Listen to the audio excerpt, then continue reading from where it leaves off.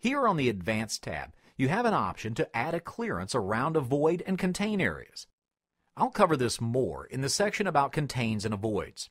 Also, I'll hold off on explaining the Z-limits option as they're fairly advanced. For now, I'll switch to the Posting tab.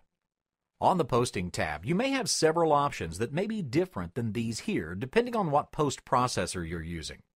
To make changes here, just click on a box and you'll see a drop-down list appears with the options you have to choose from. The options here under the Optimize tab can save you a lot of machine time on certain types of parts. Let me switch to another part to illustrate. Here I have a rough mill and a contour mill operation for these pockets. If I run a simulation of this part, you'll see that the current tool path is certainly not the most efficient way to machine these pockets.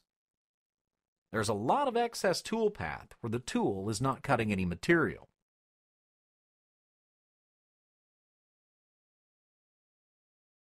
To improve this, I'll edit the definition of the rough mill operation and go to the Optimize tab.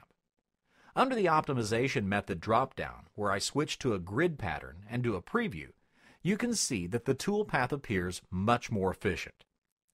The options I've selected right now are to start the tool path with the feature in the upper left and do a horizontal zigzag. I can select vertical instead of horizontal, and if I select zig, you'll see the tool path returns back to the side before machining the next row. Notice that the tool path still starts in the top left of each pocket as it was defined on the Roughing tab. The option I'm adjusting here determines which pocket will be done first.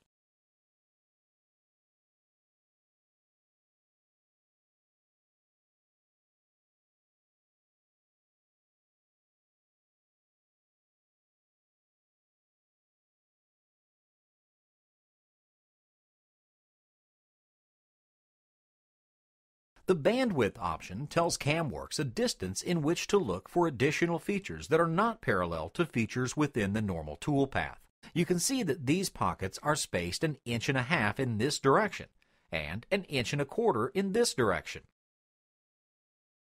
If I enter a value of 1 inch and 300 thousandths for the bandwidth, the pockets that are spaced 1.25 inches fall within this range.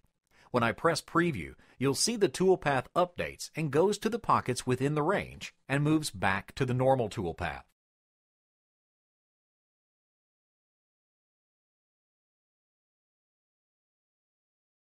I also have the options to have CAMWorks calculate the shortest path. When I select this, you see that these options are now grayed out, and the only option I have is for the start point.